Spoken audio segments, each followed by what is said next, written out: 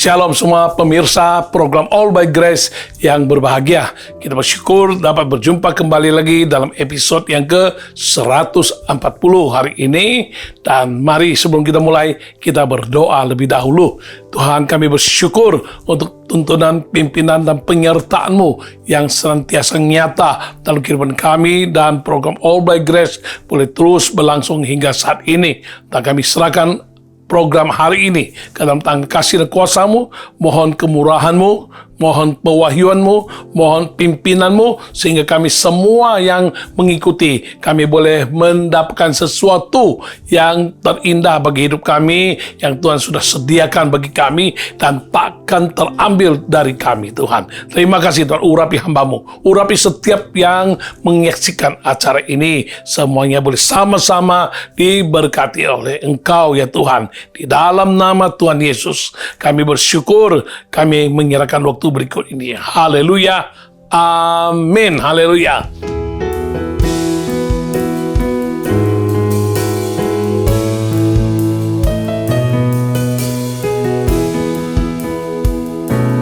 Ya Tuhanku, aku hendak bernyanyi bagimu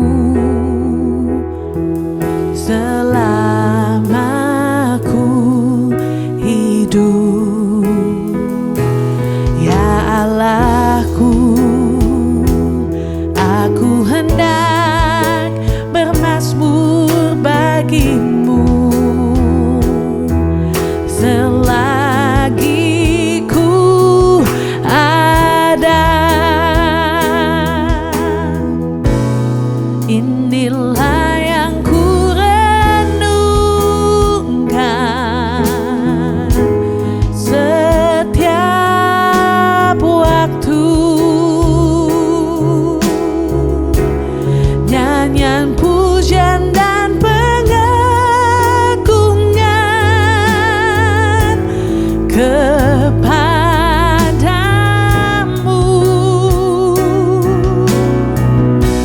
Biarlah manis kau dengar Tuhan, manis kau dengar Tuhan, dan hatiku bersuka karenamu.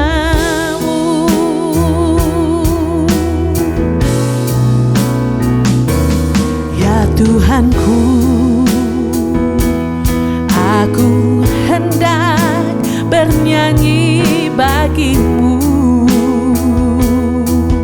selama ku hidup. Ya Allahku, aku hendak bermazmur bagimu selagi ku ada. Inilah yang ku renungkan setiap waktu. Nyanyian pujian dan pengagungan kepadamu.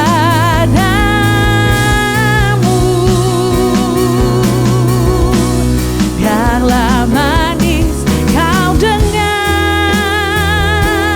Tuhan, manis kau dengar Tuhan, biar hatiku bersuka karenamu.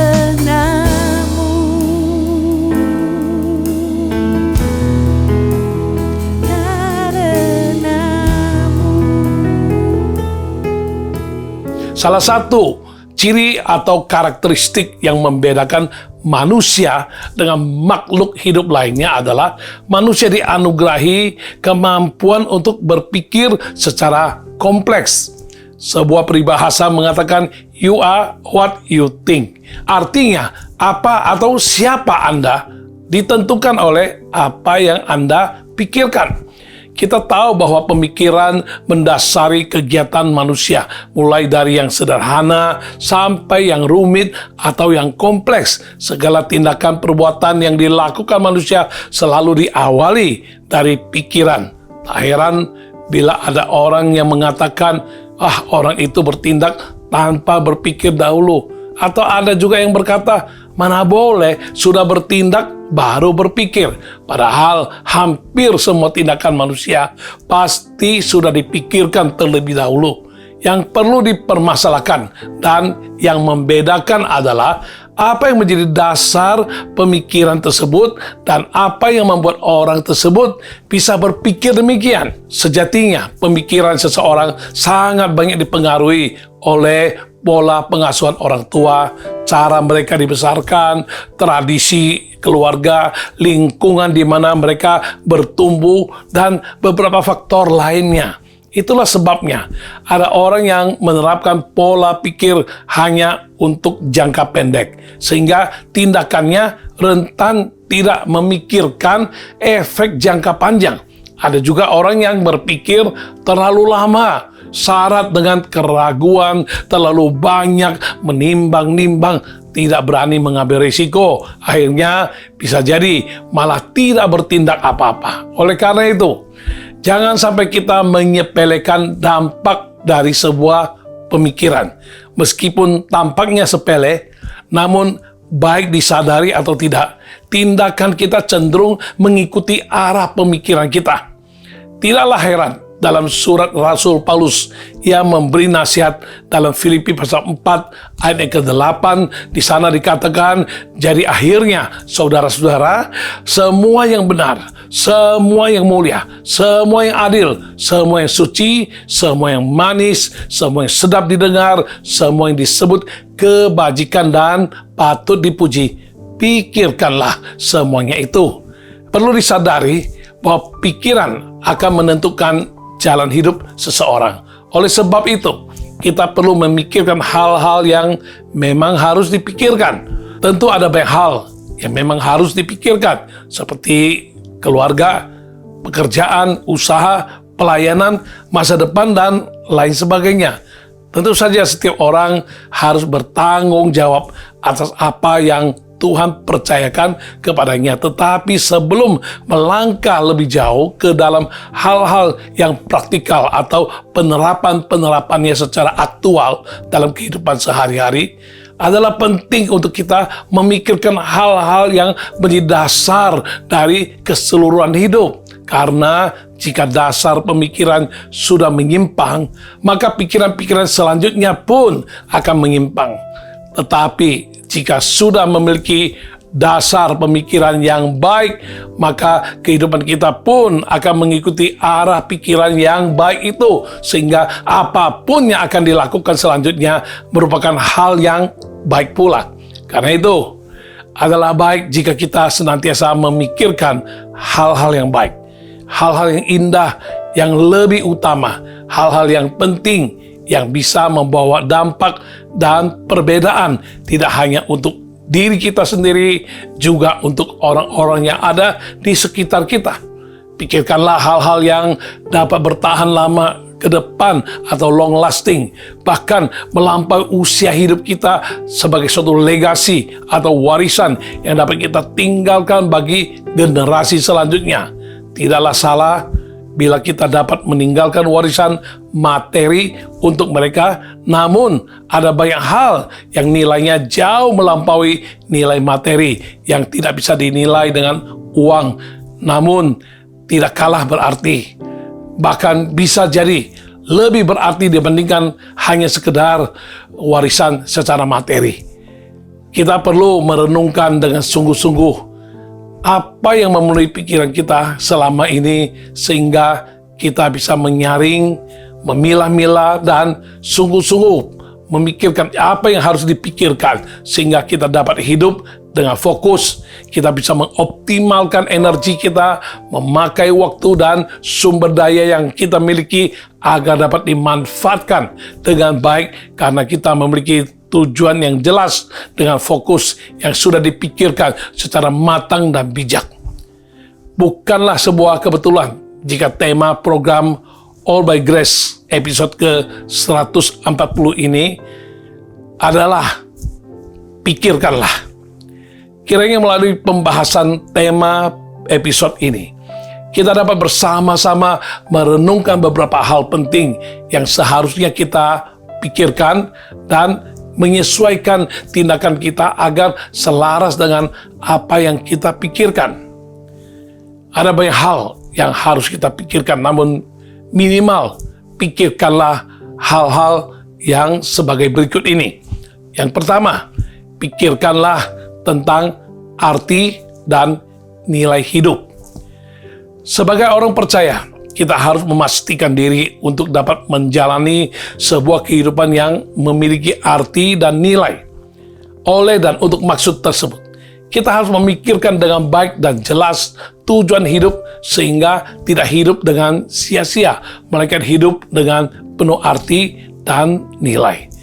Alfred Bernard Nobel, nama yang tidak asing lagi bagi kita, karena namanya dikenal dan diabadikan sebagai nama penghargaan Nobel Prize untuk menghargai jasa orang-orang yang telah bersumbangsi dalam bidang kemanusiaan. Sesuai dengan apa yang menjadi keinginan Nobel, dasar keinginan Nobel merupakan sesuatu hal yang unik untuk turut bersumbangsi bagi kehidupan kemanusiaan. Menurut salah satu sumber mengatakan, keinginan Nobel itu dikarenakan berita yang diterbitkan koran Prancis tentang kematian dirinya. Alfred yang masih hidup terkejut saat membaca berita tersebut, padahal yang meninggal adalah kakaknya. Namun yang membuat Alfred terhenyak adalah judul berita yang menyebutkan dirinya sebagai pedagang kematian. Ini dikarenakan Alfred Nobel adalah seorang penemu dinamit, bahan peledak, yang meskipun memang dapat membawa dampak guna positif dalam pembebasan lahan, pembuatan jalan, dan sebagainya, tetapi dapat juga dipakai sebagai alat perang. Oleh penemuannya itu, Alfred menjadi kaya raya, namun dirinya dikenang sebagai pedagang kematian. Alfred Nobel tidak ingin legasi atau warisan hidup yang ditinggalkan bagi generasi selanjutnya terkesan buruk. Ia ingin mengubahnya dengan mengambil keputusan agar 96% harta miliknya dapat digunakan untuk memberikan penghargaan bagi orang-orang yang berjasa dalam bidang kemanusiaan. Alhasil, sampai kini seluruh dunia lebih sering mengaitkan Nobel dengan hal-hal yang baik dan hal-hal yang berdampak positif. Adalah benar, semua orang akan meninggalkan dunia ini pada akhirnya, terlepas dari bagaimana, di mana, dan kapan waktunya. Semua kita adalah manusia yang fana, sementara, yang hidupnya begitu singkat dan kita tidak tahu kapan akan berakhir. Ketika hidup kita berakhir di dunia ini pada akhirnya, kenangan apa yang kita tinggalkan bagi orang-orang yang mengenal maupun yang tidak mengenal kita? Apa yang akan mereka katakan saat mengenang kita? Apakah itu kenangan yang baik, yang indah, yang menginspirasi, atau lebih baik kenangan yang buruk, bahkan sampai menceritakannya pun orang enggan? Semuanya sangat ditentukan oleh jawaban dari pertanyaan, apakah kita sudah menjalani sebuah kehidupan yang berarti dan bernilai? Bila menyadari arti dan nilai hidup ini merupakan hal yang krusial yang harus kita pikirkan, maka kita tidak akan sekedar hidup dan menjalani kehidupan ini dengan sembrono, asal-asalan dalam kehidupan yang rentan atas segala hal yang buruk dan singkat ini. Dalam sebuah perjalanan keluar kota, seorang pembina rohani bertanya kepada yang dibina, Apakah kamu sudah memikirkan tentang hidupmu bagaimana ke depannya? Orang itu menjawab, ya belum sih, yang penting hidup ya, hidup saja, ngalir saja. Ya, dengan nada bercanda, pembina itu menunjuk kepada pohon yang menghiasi hutan di sepanjang jalan. Kalau hanya sekedar hidup, tuh pohon di hutan juga hidup kan? Apakah benar kita diciptakan hanya untuk sekedar menjalani hidup di dunia ini sampai masa berlakunya selesai, hidup kita berakhir? Satu pertanyaan sederhana namun seringkali membuat orang bingung menjawabnya adalah, untuk apa aku hidup? Berbagai jawaban pun bermunculan, entah itu bernada guyonan atau serius, seperti hidup untuk makan, hidup untuk kerja dan kerja, atau hidup untuk uang dan uang, hidup untuk persiapan masa pensiun. Ya, dengan mendasari jawaban demikian, mereka pun menjalani kehidupan mereka sesuai dengan apa yang menjadi arah pikiran mereka. Mereka bekerja keras, banting tulang, tidur hanya beberapa jam, mengorbankan banyak hal, dan setelah mereka mendapatkan apa yang mereka inginkan itu, banyak di antara mereka yang merasa hampa, merasa kosong. Tak heran bila mereka bertanya, apa benar aku hidup hanya sekedar untuk ini saja? Untuk apa semua yang kuperbuat dan terkumpul selama ini? Mereka merasa sia-sia semuanya. Mungkin itulah yang ada dalam benak penulis kitab Pengkhotbah, yang menurut sejarah adalah Raja Salomo, seorang raja yang paling berhikmat, paling kaya, punya segala sesuatu, mulai dari harta benda, kepintaran. Ia mendapatkan apa saja yang diinginkannya. Namun ia berkata dalam tulisannya, sia-sia.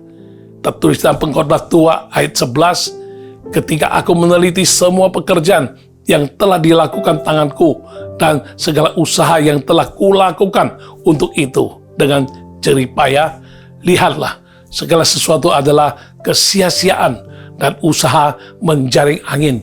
Memang tak ada keuntungan di bawah matahari. Seorang gadis remaja yang tergolong sukses dalam dunia tarik suara pada masanya, dengan video-video musiknya yang berseliweran di layar kaca, ia menulis sebuah lagu yang merupakan seruan hatinya yang paling dalam. Secara garis besar, ia merenung, aku sudah memperoleh semuanya, tetapi mengapa aku semakin kosong?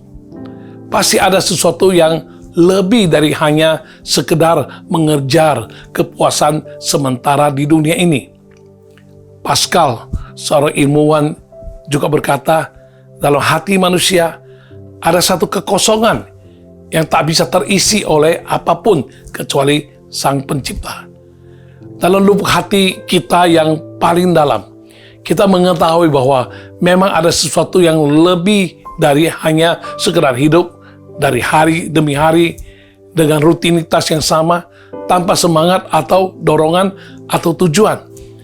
Banyak orang berusaha mencarinya di tempat yang salah, berujung semakin terpuruk, kehilangan apa yang paling berharga, termasuk ada yang kehilangan nyawa.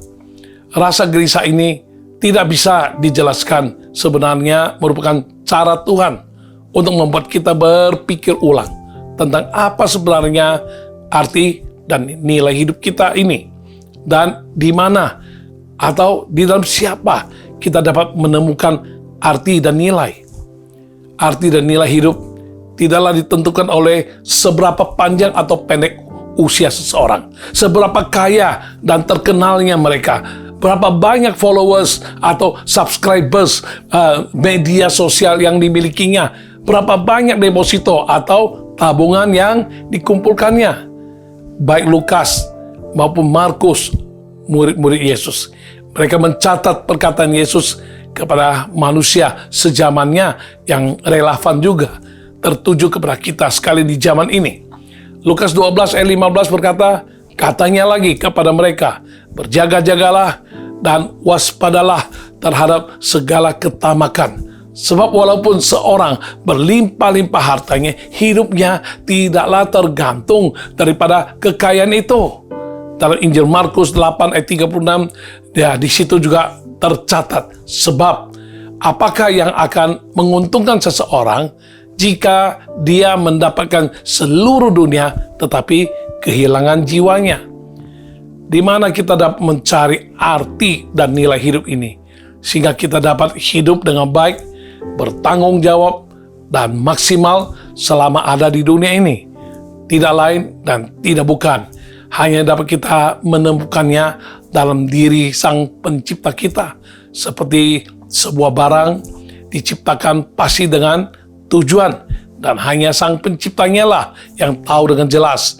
Demikian juga halnya dengan Anda dan saya. Di dalam diri Tuhan Sang Pencipta, kita baru akan menemukan arti dan nilai hidup kita. Kehidupan yang berarti dan bernilai adalah hidup yang dijalani untuk hal-hal yang bersifat dan yang bernilai kekal. Hal-hal yang tidak hanya sekedar bertahan di dunia fana ini saja, tetapi terus bisa bergema bahkan di saat kita sudah tiada lagi hidup di dunia yang fana ini. Hal-hal tersebut dinyatakan dalam jawaban Yesus ketika ditanya, apakah hukum yang pertama dan yang terutama?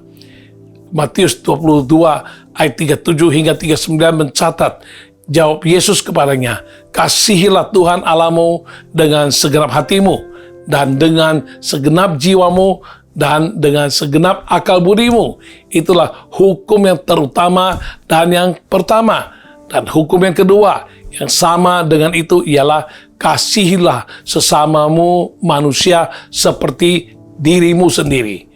Dengan menjalani kehidupan berdasarkan prinsip kebenaran mengasihi Tuhan dan sesama, kita pun akan menemukan arti dan nilai hidup yang sesungguhnya sebagai makhluk ciptaan Allah yang mulia, yang diciptakan segambar dan serupa dengannya. Mari kita sama-sama merenungkan dan memikirkan, apakah kita sudah menjalani prinsip tersebut selama hidup dalam dunia ini? Janganlah sampai kita menyesal di kemudian hari, apalagi jika sudah selesai masa tugas di dunia ini dan saat kita menghadap Sang Pencipta, menyesal pun tak berguna karena semuanya itu sudah terlambat.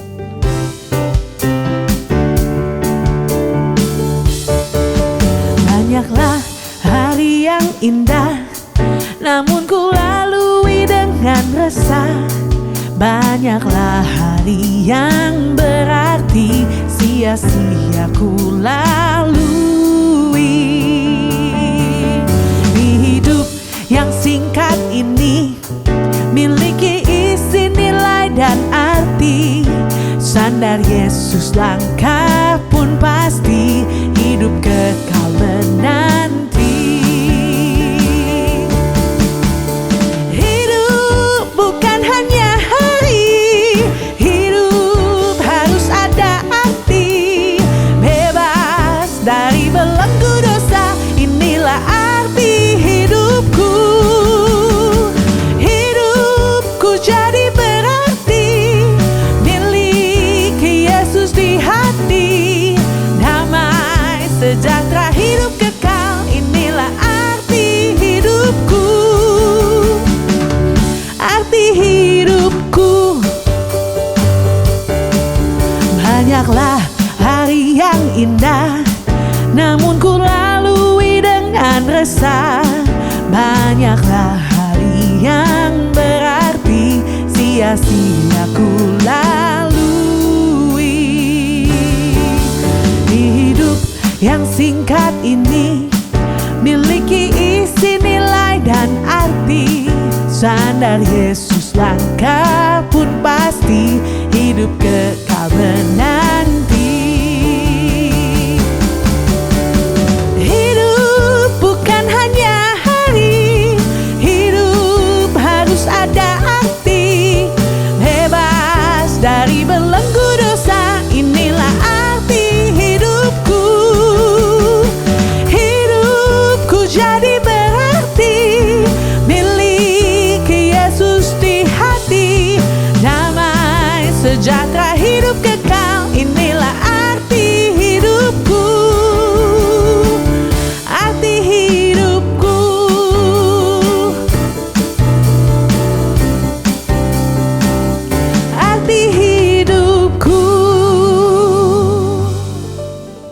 Yang kedua, hal yang perlu kita pikirkan adalah, pikirkanlah hidup sudah menjadi berkat atau sebaliknya menjadi batu sandungan. Pentinglah perlu kita pikirkan mengenai niat hati yang ingin hidup menjadi berkat, bukan sebaliknya menjadi batu sandungan atas segala sesuatu yang kita perbuat atau yang kita lakukan. Namun sulit dipungkiri dalam kenyataan di lapangan. Seringkali niat hati yang ingin menjadi berkat malah justru akhirnya terbalik menjadi batu sandungan, baik disadari ataupun tidak disadari. Konsep hidup umum yang pernah kita dengar sejak lama. Hidupku adalah hidupku. Terlepas dari apapun kalimatnya atau cara mengungkapkannya, inti dari konsep tersebut adalah hidupku ya aku yang jalani. Jadi aku yang tentukan mau seperti apa, toh aku juga yang menjalaninya. Ya, dengan berpegang kepada prinsip hidup sedemikian, tidak heran banyak orang menjalani hidup dengan sesuka hati, semau gue, bebas, tanpa aturan atau batasan. Mereka tidak memikirkan lagi dampak atau efek apa yang ditimbulkan oleh pilihan-pilihan mereka, baik terhadap diri sendiri atau terhadap orang-orang yang ada di sekitar mereka. Sejatinya, kita diciptakan sebagai makhluk sosial. Atas dasar inilah, maka penting untuk mengingat bahwa hidup, walaupun kita sendiri yang menjalani, namun pada hakikatnya saling terjalin erat dengan kehidupan orang lain yang ada di sekitar kita, terutama mereka yang ada dalam lingkungan terdekat dengan kita. Jangan sampai demi pemuasan diri, demi kebahagiaan diri, akhirnya kita bertindak tanpa memikirkan apakah perbuatan ini menjadi berkat bagi orang lain atau malah menjadi batu sandungan. Sebagai orang yang sudah mengalami kasih, kemurahan, kasih karunia, penebusan dan penyelamatan dari Tuhan Yesus, serta kita telah dimerdekakan dari kehidupan yang lama, seharusnya kita tidak lagi hidup di bawah belenggu atau ikatan. Kita adalah orang-orang yang sudah dibebaskan. Namun, jangan sampai kebebasan ini kita salah gunakan sehingga tanpa disadari malah berujung menjadi batu sandungan bagi orang lain dan tidak mempermuliakan nama Tuhan, sebaliknya mempermalukan nama Tuhan.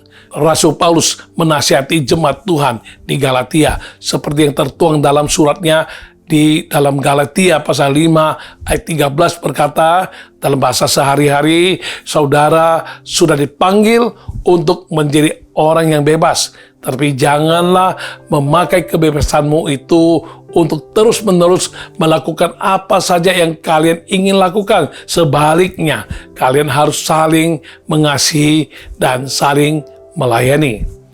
Seseorang menceritakan kehidupannya di masa kecil sebelum ia mengenal Tuhan. Salah satu teman SD-nya itu adalah seorang dari keluarga Kristen yang sering mengajaknya untuk pergi ke sekolah minggu.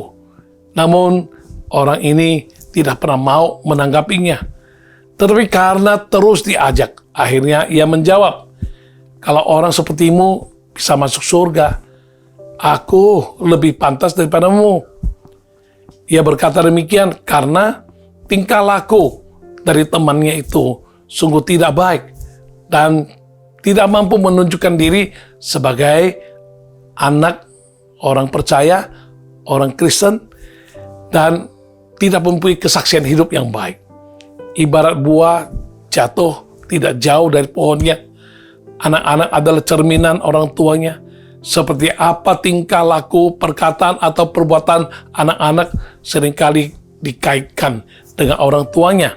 Apalagi kecenderungan manusia adalah lebih memerhatikan hal-hal yang negatif. Saat tindak tanduk sang anak tidak baik, sering membuat onar di sekolah, maka orang tua mereka sering dipanggil menghadap guru. Bila berlaku tidak sopan, maka yang mendapat malu dan dicela pasti orang tuanya juga, karena dianggap tidak cakap, tidak bijak dalam mendidik anak. Sama halnya dengan kita, orang-orang yang telah ditebus dan telah menjadi anak-anak Tuhan. Ya, sudah seharusnya lah kita menjadi cerminan dari Bapa surgawi kita. Bagaimana kita bertindak, bertingkah laku, itu menentukan bagaimana persepsi orang terhadap Tuhan yang kita sembah, Tuhan yang kita percaya, Tuhan yang kita layani. Berseliweran di media sosial, berita-berita yang menunjukkan anak-anak Tuhan yang perkataan, perbuatan, dan sikapnya berbanding terbalik dengan sifat dan karakter Bapa di surga. Akhirnya timbullah celaan demi celaan dan banyak orang menjadi semakin menjauhi orang percaya. Sebagian orang menjadi menutup diri dan menolak untuk mengenal Kristus. Bahkan salah seorang tokoh ternama sampai berani berkata, "Aku menyukai Kristus, tetapi aku tidak menyukai orang Kristen, karena tidak sedikit orang Kristen yang tidak menyerupai Kristus." Sungguh sangat menyedihkan bila banyak orang yang akhirnya menjauh dari pribadi satu-satunya yang dapat menyelamatkan jiwa mereka hanya karena sikap dan perbuatan anak-anak Tuhan yang menjadi batu sandungan. Tentu bisa saja kita berkata, jangan melihat diriku yang tidak sempurna. Pandanglah kepada Tuhan Yesus Kristus. Sosok Kristus tidak akan tampak secara kasat mata, tetapi Dia akan tercermin melalui perilaku kehidupan setiap umatnya, orang-orang percayanya.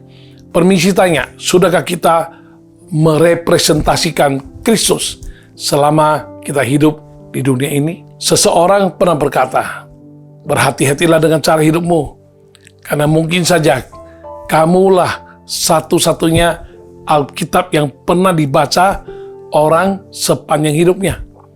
Artinya, mungkin saja kitalah satu-satunya orang Kristen yang pernah dijumpai orang tersebut sepanjang hidupnya. Lalu, apa yang tampak dari kehidupan kita, dapatkah kita mencerminkan Kristus melalui kehidupan kita? Seorang gadis remaja, Rachel Joy Scott, sempat menghebohkan media atas kejadian yang menimpanya sebagai korban penembakan di salah satu sekolah di negara adidaya. Meskipun di usia belia 17 tahun, ia harus meninggalkan dunia ini dengan cara yang tragis. Tapi kehidupannya sungguh bisa menjadi berkat. Kisah dan kesaksian hidupnya sampai diabadikan ke dalam sebuah film. Buku harian Rachel dengan gambar-gambar dan kutipan-kutipan yang menyentuh hati ditemukan oleh kedua orang tuanya. Salah satunya adalah gambar tangan yang disertai dengan tulisan, tangan ini adalah milik Rachel. Tangan yang satu hari nanti akan menyentuh hati jutaan orang. Tampaknya seperti sebuah mimpi yang muluk-muluk dari seorang remaja. Bila Anda mau, Anda bisa temukan di internet, ya begitu banyak kisah dan kesaksian yang disampaikan oleh teman-teman dan keluarga Rachel tentang apa yang dilakukan oleh gadis remaja ini. Rachel berprinsip dan memegang satu konsep bahwa hidup harus bisa memancarkan terang dan kasih Kristus kepada orang lain. Sampai hari ini, kisah hidupnya masih terus menyentuh banyak orang dan kerinduannya yang mungkin dianggap terlalu muluk-muluk oleh orang banyak, namun sudah tergenapi meskipun Rachel sudah tiada lagi di dunia ini. Kiranya melalui kisah nyata ini, kita boleh terdorong untuk introspeksi diri. Apakah hidup kita sudah membawa dampak yang positif, menjadi kesaksian dan berkat bagi banyak orang yang ada di sekitar kita? Apakah kita telah berperan sebagai garam dan terang yang dapat memberikan rasa dan sinar cahaya di tengah dunia yang hambar, tawar, dan kehilangan pengharapan? Apakah kita telah memancarkan terang kasih Kristus melalui sikap, perkataan, dan perilaku perbuatan kita? Ada tertulis dalam Matius pasal 5 ayat 13 hingga 16. Kamu adalah garam dunia. Jika garam itu menjadi tawar, dengan apakah ia diasinkan? Tidak ada lagi gunanya selain dibuang dan diinjak orang. Kamu adalah terang dunia. Kota yang terletak di atas gunung tidak mungkin tersembunyi. Lagi pula, orang tidak menyalakan pelita lalu meletakkannya di bawah gantang, melainkan di atas kaki dian sehingga menerangi semua orang di dalam rumah itu. Demikianlah hendaknya terangmu bercahaya di depan orang, supaya mereka melihat perbuatanmu yang baik dan memuliakan Bapamu yang di surga. Marilah kita berpikir terlebih dahulu sebelum kita berkata-kata atau bertindak. Apakah perkataan dan tindakanku ini dapat mempermuliakan nama Tuhan? Apakah orang-orang lain akan diberkati melalui perkataan dan tindakanku ini? Apakah ini akan membuat dampak positif atau sebaliknya negatif? Apakah ini bisa berpotensi membuat orang lain tersandung sampai meninggalkan Tuhan? Ada sebuah lagu lama yang sempat populer di tahun 40-an yang ditulis oleh Alma Basel Androso yang berjudul If I Can Help Somebody. Lirik lagu tersebut mengekspresikan kerinduan hati seseorang yang menyadari bahwa hidup baru bisa berarti jika kita tidak lagi hidup hanya untuk diri sendiri, tetapi bagi Tuhan dan bagi sesama. Lirik lagu itu berkata demikian, If I can help somebody as I pass along, if I can cheer somebody with a word or a song, if I can show somebody he is traveling wrong, then my living shall not be in vain. Jika aku bisa menolong seseorang selagi aku menjalani hidup ini, jika aku bisa menghibur seseorang dengan kalimat atau lagu, jika aku bisa memberitahukan seseorang bila mereka telah salah jalan, maka hidupku tidak akan menjadi sia-sia.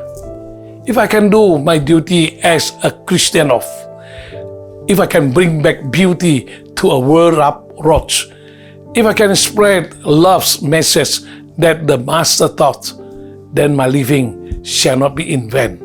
Jika aku bisa melakukan tugasku sebagai seorang Kristen, jika aku bisa membawa keindahan kembali bagi dunia ini, jika aku bisa menyebarkan pesan kasih yang diajarkan Kristus, maka hidupku tidak akan menjadi sia-sia. Pikirkanlah dan renungkanlah seperti apa aku mencerminkan Kristus di hadapan orang. Jika kita belum menjadi cerminan yang baik dan cenderung menjadi batu sandungan, hendaklah kita bertekad hidup harus menjadi berkat mulai saat ini. Pikirkanlah cara bagaimana kita bisa membuat dampak positif setiap hari. Tidak harus mutlak yang muluk-muluk. Mulailah dari hal-hal yang kecil dan sederhana. Misalnya sebagai anak, taatilah orang tua, bantulah jaga kebersihan dan kerapian daripada rumah. Sebagai siswa atau mahasiswa yang menimba ilmu, belajarlah dengan baik, kerjakanlah tugas tanpa menunda. Tolonglah mereka yang mengalami kesulitan dalam belajar. Sebagai orang tua, mulai ucapkan kata-kata berkat untuk anak-anak.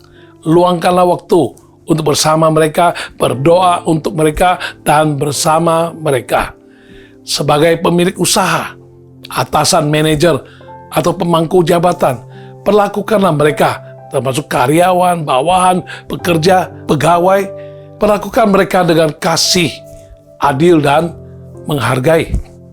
Sebagai karyawan, bekerjalah dengan maksimal hingga atasan kita bisa fokus untuk mengerjakan urusan-urusan lain yang lebih rumit yang tak terwakilkan.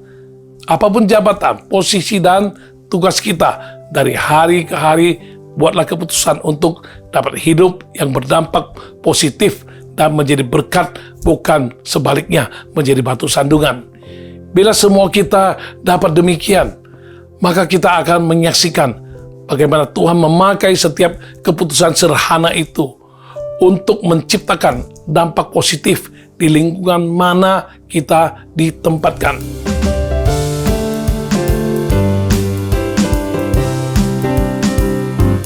Hidup ini adalah kesempatan. Hidup ini untuk melayani Tuhan. Jangan sia Tuhan beri. Hidup ini harus jadi berkat. Hidup ini adalah kesempatan. Hidup ini untuk melayani Tuhan. Jangan sia-siakan waktu yang Tuhan beri. Hidup ini harus jadi berkat. Oh Tuhan, pakailah hidupku selagi aku masih kuat. Bila saatnya nanti ku tak berdaya lagi, hidup ini sudah jadi berkat. Oh Tuhan, pakailah hidupku selagi aku masih kuat. Bila saatnya nanti ku tak berdaya lagi, hidup ini sudah jadi berkat. Hidup ini sudah jadi berkat. Hidup ini sudah jadi berkat. Berikut hal ketiga yang perlu kita pikirkan adalah, pikirkanlah hidup yang berkenan kepada Tuhan dan menyenangkan hatinya. Merupakan sesuatu yang indah dan baik bila kita mengerti untuk senantiasa memikirkan hidup yang berkenan kepada Tuhan dan menyenangkan hatinya.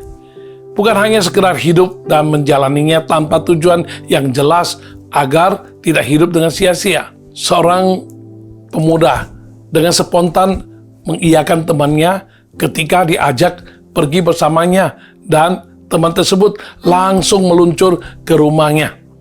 Saat sudah siap pergi dengan mobil temannya itu, dan mobil tersebut sudah diisi bahan bakarnya sampai penuh dan temannya sendiri yang akan mengendarai, sang pemuda bertanya kepada temannya, "Mau pergi kemana kita?"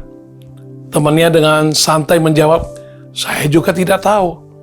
Ayo, pokoknya kita pergi saja." Pemuda itu pun heran. Untuk apa buang-buang waktu, tenaga, dan bensin untuk sesuatu yang tidak jelas tujuannya? Hal sedemikian juga sering ditemukan dalam hidup banyak orang yang dalam menjalani kehidupan tanpa memiliki tujuan yang jelas.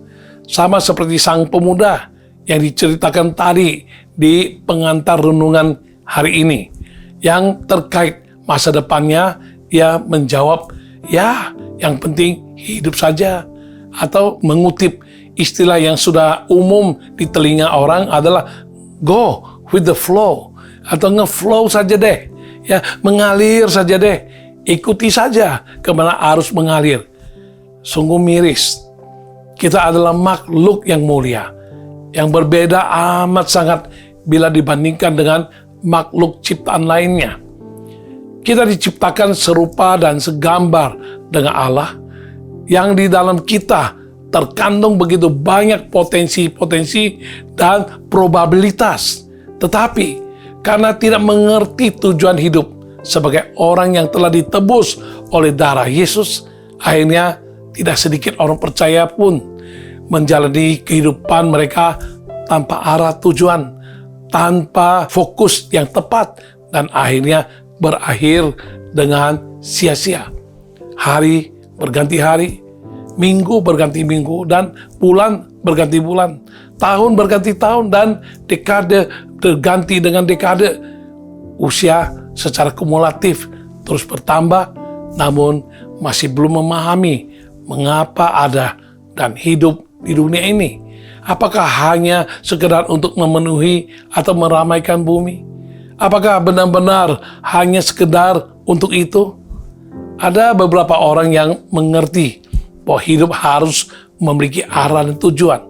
Ada hal yang harus dikejar dan yang dicapai. namun mereka berlari ke arah yang salah. Salah menetapkan tujuan. Tujuannya yang sudah salah, maka tindakannya pun salah.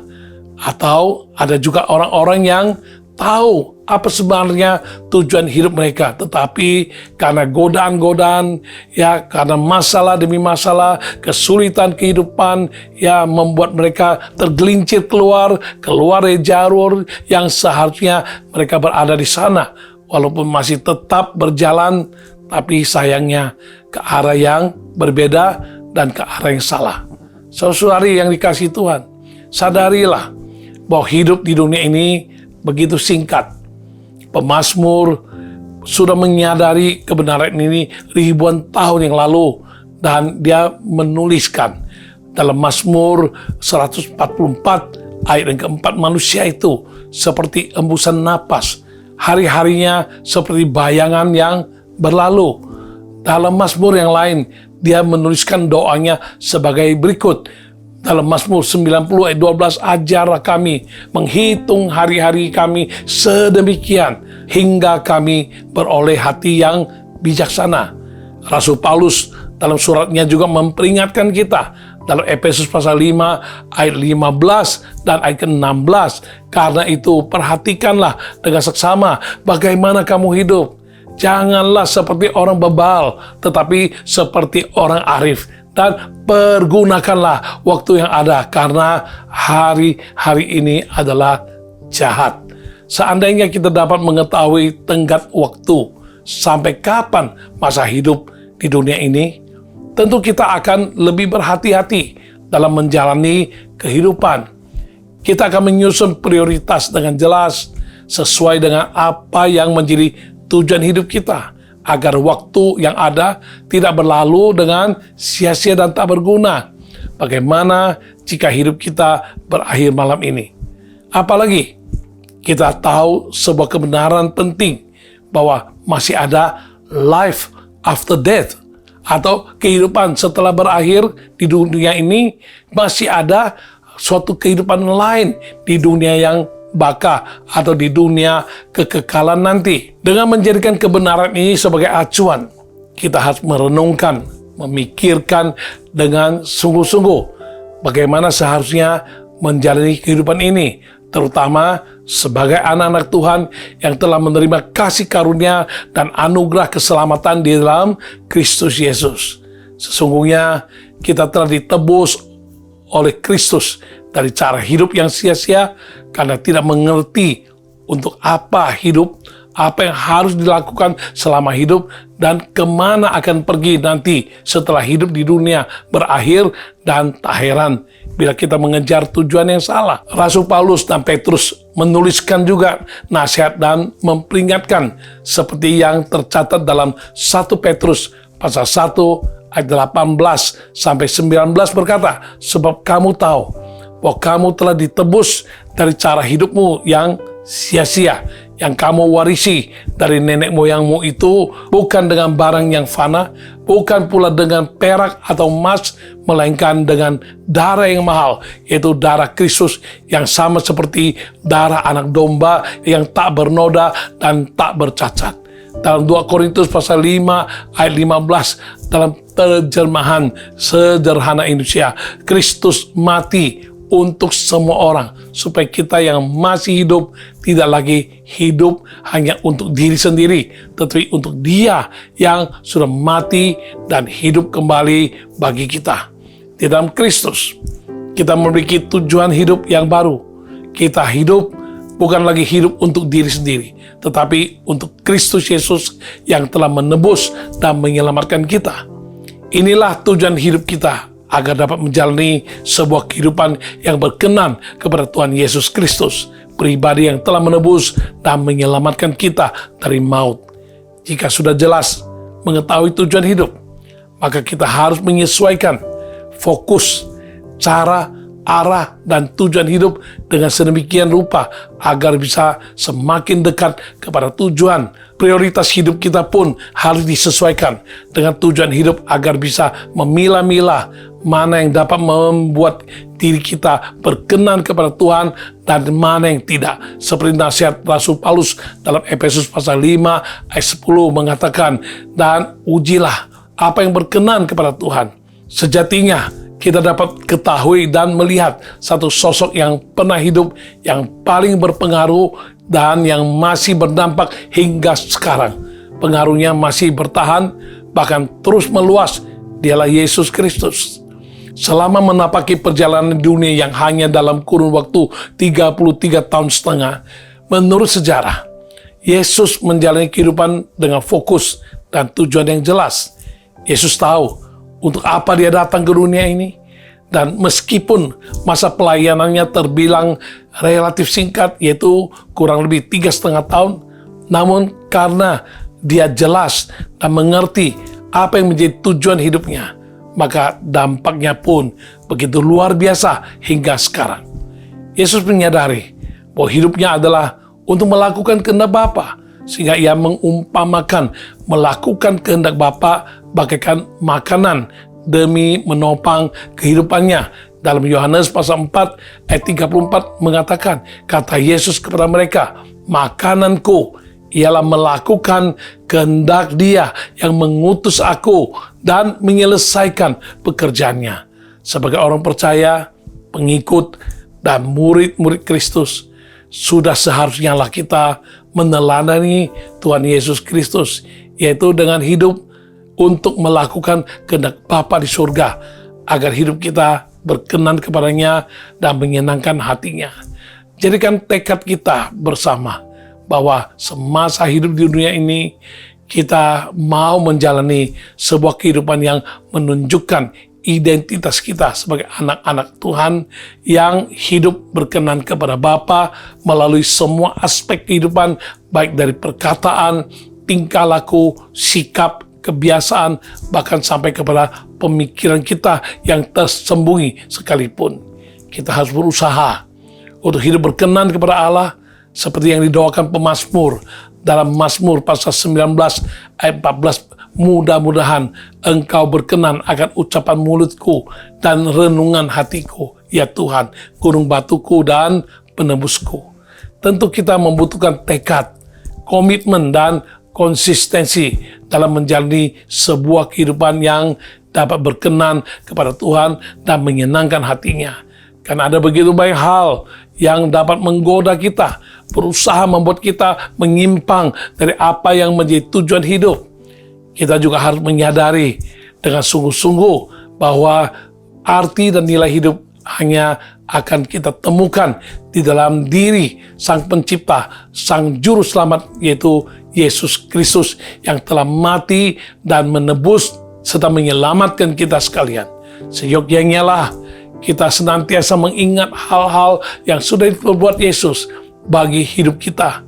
Ingat akan kasih-Nya, berkat-Nya, anugerah-Nya, sehingga dalam menjalani kehidupan yang berkenan kepada Tuhan merupakan sebuah kesukaan, bukan paksaan atau sekedar melakukan kewajiban. Sama halnya dengan kerinduan kita untuk menyenangkan hati orang yang kita sayang, kita kasihi. Apapun yang kita lakukan, meskipun itu tampaknya berat dan butuh pengorbanan, namun kita tidak akan merasa berat, tidak akan terpaksa, karena kita mengerti tujuan dalam melakukan semuanya itu adalah untuk menyenangkan hatinya yang kita kasihi. Dan demikian juga harus terhadap Tuhan, kita mempunyai sikap seperti itu. Sebaliknya, bila kita menjalani sebuah kehidupan yang tidak sesuai dengan tujuan Tuhan yang telah menciptakan kita, maka kita akan terus mengalami rasa hampa, kosong, dan ketidakpuasan. Selain dari lesu, tak bersemangat, mungkin kita seringkali berusaha untuk menyenangkan orang, mencari perkenanan manusia dengan harapan mereka akan bersikap baik terhadap kita sebagai balasannya. Jika mencari perkenanan manusia, dalam kenyataannya kita akan dikecewakan, karena manusia is manusia. Fokuslah untuk hidup yang dapat menyenangkan hati Tuhan dan berkenan kepadanya, karena dengan hidup yang demikian pada akhirnya kita juga akan diberkati sekalipun hal tersebut bukan menjadi tujuan kita. Meskipun dalam Alkitab ada banyak contoh orang-orang yang hidupnya berkenan kepada Tuhan, namun secara spesifik Tuhan menyebut Daud sebagai orang yang berkenan di hatinya karena ia melakukan segala kehendak Tuhan. Tercatat dalam Kisah Para Rasul pasal 13 ayat 22. Tercatat pula dalam Alkitab Perjanjian Lama bagaimana Daud diangkat oleh Tuhan dari seorang gembala biasa menjadi seorang panglima perang dan akhirnya naik menjadi seorang raja. Kehidupan Daud dijalani dengan satu tujuan yang jelas. Ia tahu tujuan hidupnya adalah untuk menyenangkan hati Tuhan dan melakukan kehendak-Nya. Terlepas dari ketidaksempurnaannya sebagai manusia biasa, namun Tuhan tetap menyatakan Daud sebagai seorang yang berkenan di hatinya. Bukankah itu pujian tertinggi yang bisa kita dengar? Oleh karena itu, pikirkanlah bagaimana kehidupan kita selama ini. Apakah kita telah melakukan kehendak Tuhan dengan sungguh-sungguh hati? Apakah kita sedang menjalani sebuah kehidupan yang berkenan kepada Tuhan dan yang menyenangkan hati Tuhan? Sadarilah bahwa semua manusia pada akhirnya akan meninggalkan dunia ini. Tetapi bukan berarti itu adalah akhir dari semuanya. Karena masih ada kehidupan setelah kematian. Dan kita akan berada di mana, bagaimana kita menghabiskan waktu di alam kekekalan, upah yang akan kita terima, itu semua ditentukan oleh bagaimana kita menjalani kehidupan selama hidup di dunia ini. Kesempatan yang kita miliki untuk menjalani kehidupan yang berarti dan bernilai, menjadi berkat bagi orang lain, melakukan kehendak Tuhan, hidup berkenan kepada Tuhan dan menyenangkan hatinya, mengasihi Tuhan dan melayaninya, semuanya itu hanya ada pada waktu sekarang ini. Jam kehidupan terus berdetak dan tanpa kita ketahui waktu tepatnya suatu saat akan berhenti. Dan saat jam kehidupan berhenti, maka tidak ada lagi kesempatan yang kedua. Sebab itu, seperti kutipan yang pernah kita dengar, carpe diem, yang berasal dari bahasa Latin, yang artinya seize the day. Kita perlu mengambil setiap kesempatan sekecil apapun untuk hidup menjadi berkat dan mengasihi Tuhan dan mengasihi sesama. Sesungguhnya Tuhan akan meminta pertanggungjawaban jawab dari kita sekalian atas kehidupan yang dipercayakannya kepada kita selama kita diizinkan hidup di dunia ini. Seperti yang dinyatakan dalam Roma pasal 14 ayat 12 berkata, jadi kita masing-masing harus mempertanggungjawabkan segala perbuatan kita kepada Allah. Maka dari itu, setelah mendengarkan, merenungkan apa yang dibahas di atas, mari pikirkanlah apakah yang sudah kita perbuat dengan hidup yang Tuhan percayakan. Jika hidup kita berakhir hari ini, apakah yang akan Tuhan katakan tentang hidup kita? Apakah Tuhan akan berkata, baik sekali hambaku yang baik dan setia? Mari kita memohon kasih karunia dan anugerah dari Roh Kudus agar pikiran kita dapat ditransformasikan, dapat diperbaharui, sehingga dapat memiliki pikiran yang jernih, jelas, dan sesuai dengan apa yang Tuhan inginkan. Dengan demikian, kita akan menjalani suatu kehidupan dengan cara yang berbeda, karena pikiran kita sudah diperbarui Tuhan.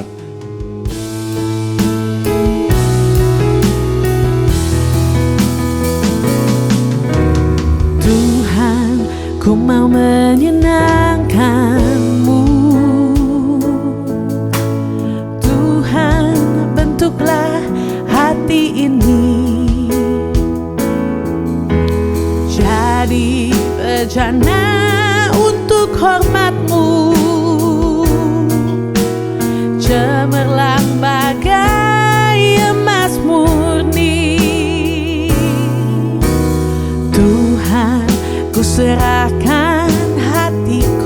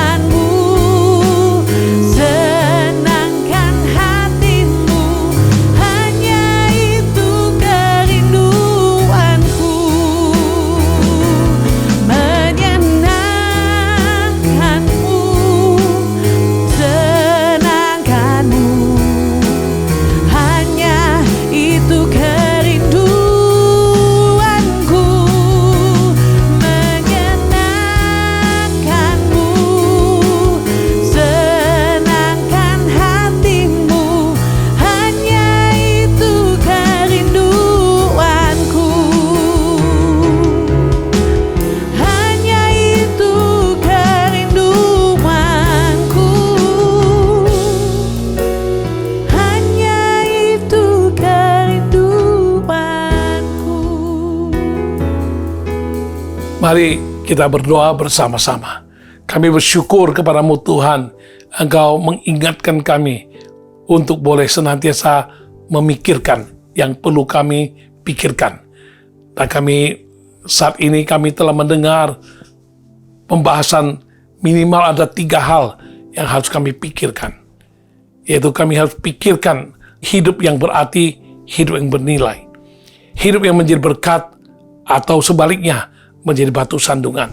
Bahkan kami harus pikirkan suatu hidup yang sungguh-sungguh berkenan kepada Tuhan dan menyenangkan hati Tuhan.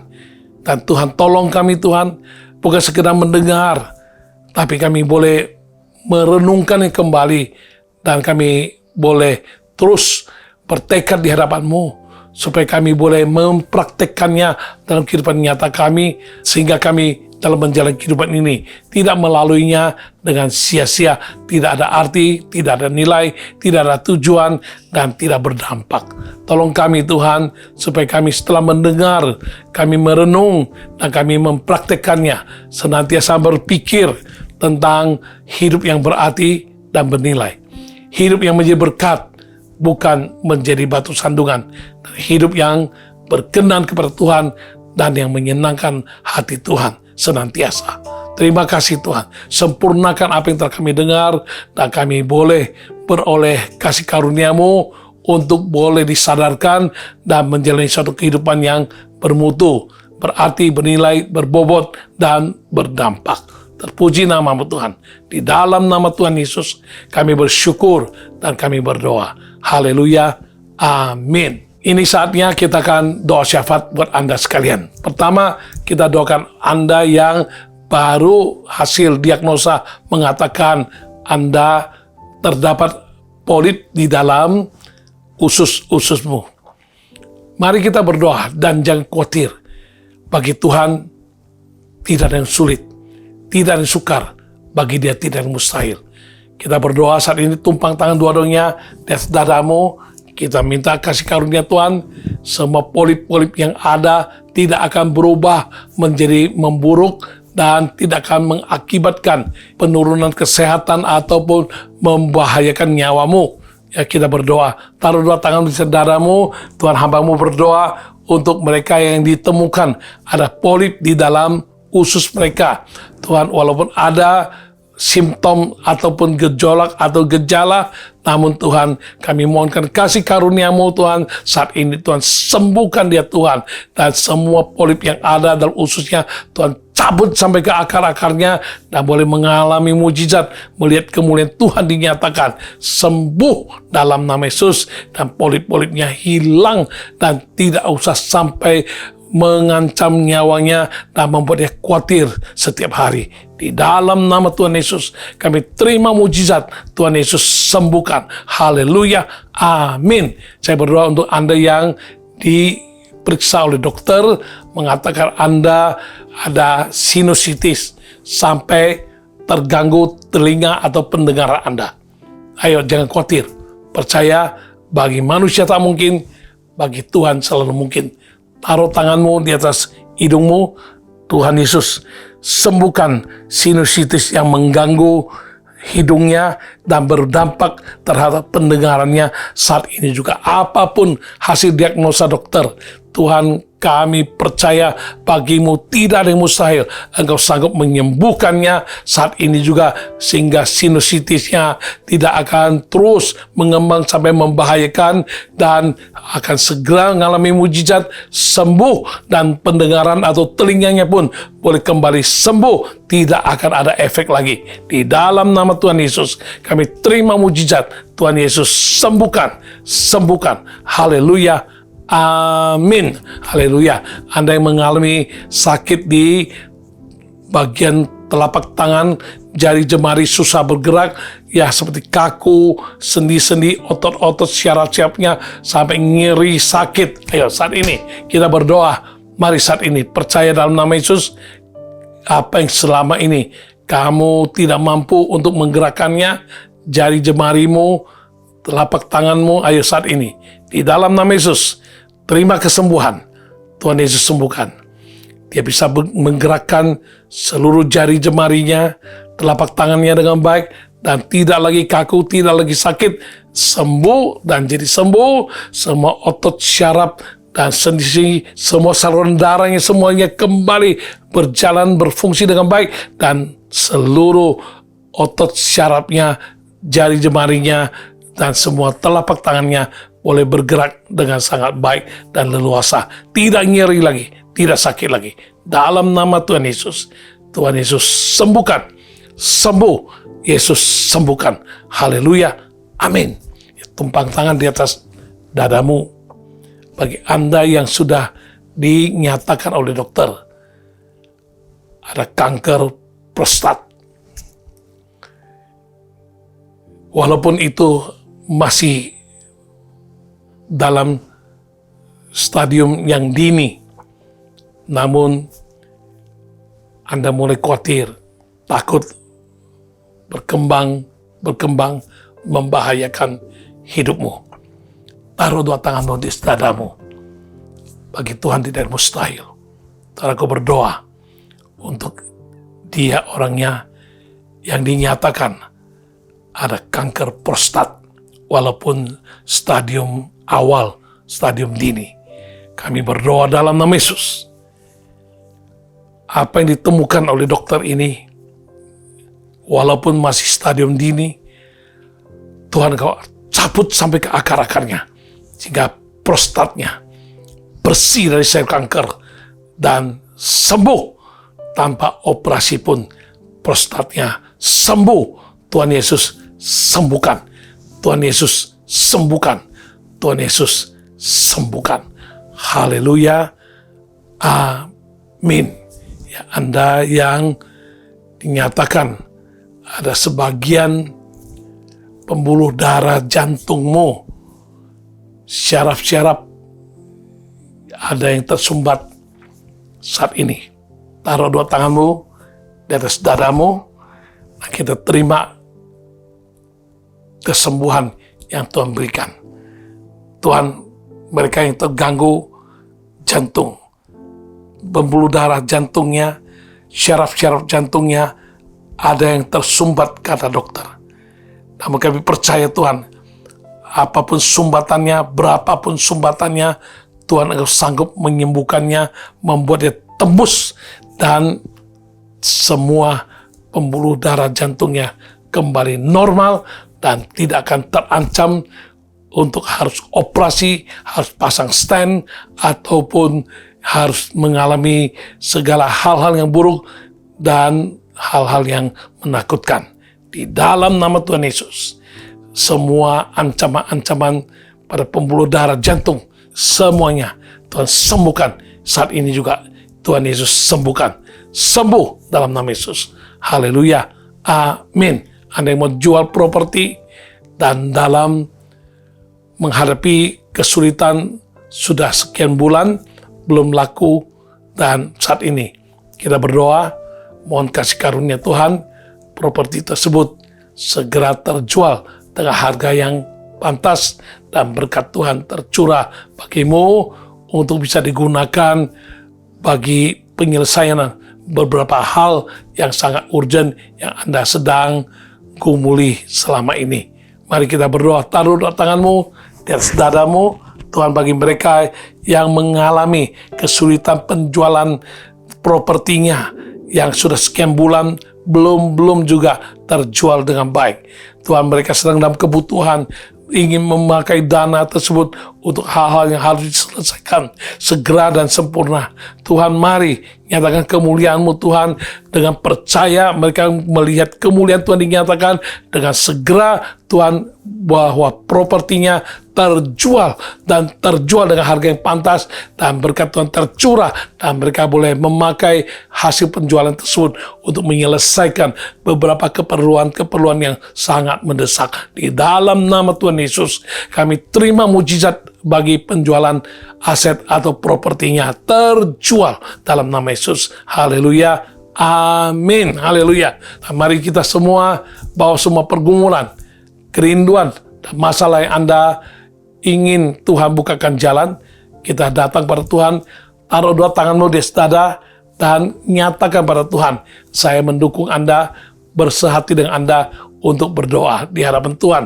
Tuhan, saat ini hamba-Mu berdoa sehati dengan semua umat-Mu yang membawa segala pergumulan, masalah, segala sakit penyakit ataupun segala tantangan-tantangan kehidupan dan segala kebutuhan-kebutuhan yang mereka hadapi, yang mereka gumuli selama ini. Tuhan, mari Tuhan nyatakan kemuliaan-Mu dan mereka mau percaya dengan sungguh hati, mereka akan melihat kemuliaan Tuhan dinyatakan. Dan Engkau janji pada kami di dunia, kalau kami dua orang sepakat meminta apapun, Engkau menjawab kami, dan kami mau sepakat dengan mereka.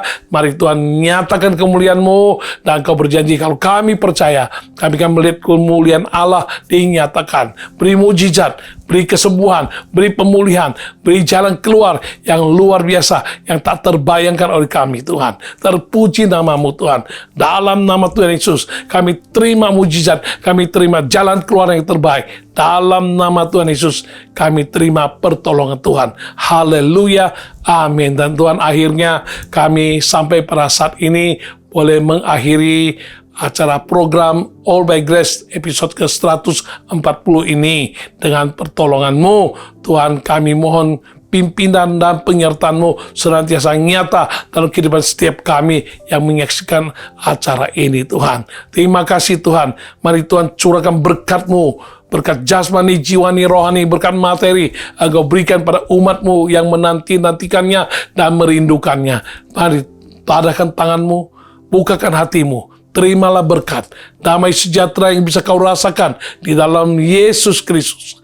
Kasih setia Allah Bapa dengan perlindungannya, dengan kemurahannya yang berlimpah-limpah akan melingkupi seluruh kehidupan-Mu. Bahkan kuasa Roh Kudus yang ajaib yang akan menuntun, memimpin Engkau dan memampukan Engkau untuk hidup dalam alam supernatural. Mujizat Tuhan akan mewarnai kehidupan-Mu. Ini semua akan menjadi berkat bagi-Mu mulai saat ini sampai esok dan seterusnya, sampai Maranatha, Tuhan Yesus datang kembali kedua kali. Semua yang percaya dan terima berkat Tuhan, kita sama-sama nyatakan haleluya, amin, haleluya. Dengan demikian kita akhiri perjumpaan kita kali ini dalam episode ke-140, dan kita jumpa kembali di episode ke-141 Jumat mendatang di waktu yang sama 18.30 waktu Indonesia Barat. Tuhan Yesus memberkati. Shalom, sampai jumpa kembali. Haleluya, amin.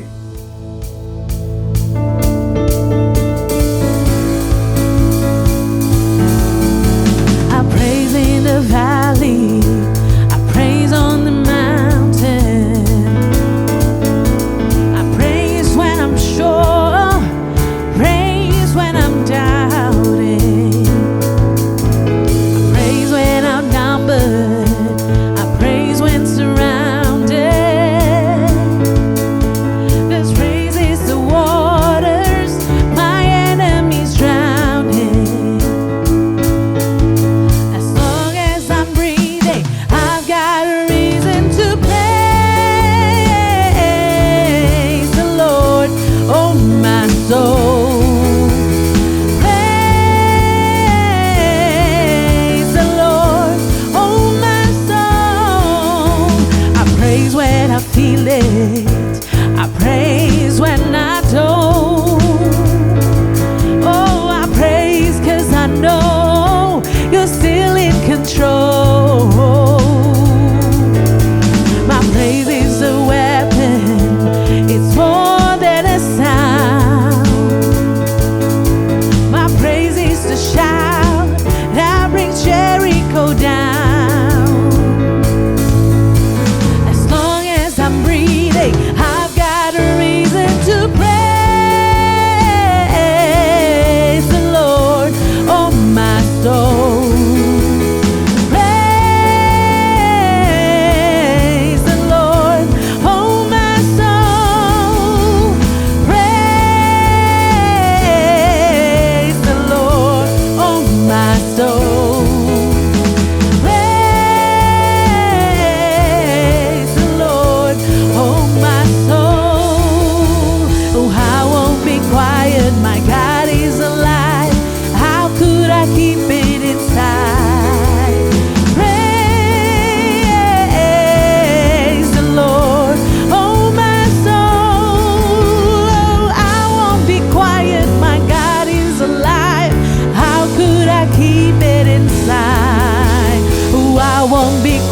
quiet, my God is alive. How could I keep it inside? I won't be quiet, my God is alive. How could I keep it inside? Praise the Lord, oh my soul. Haleluya, kemuliaan bagi Tuhan, all by grace. Sampai ketemu minggu depan.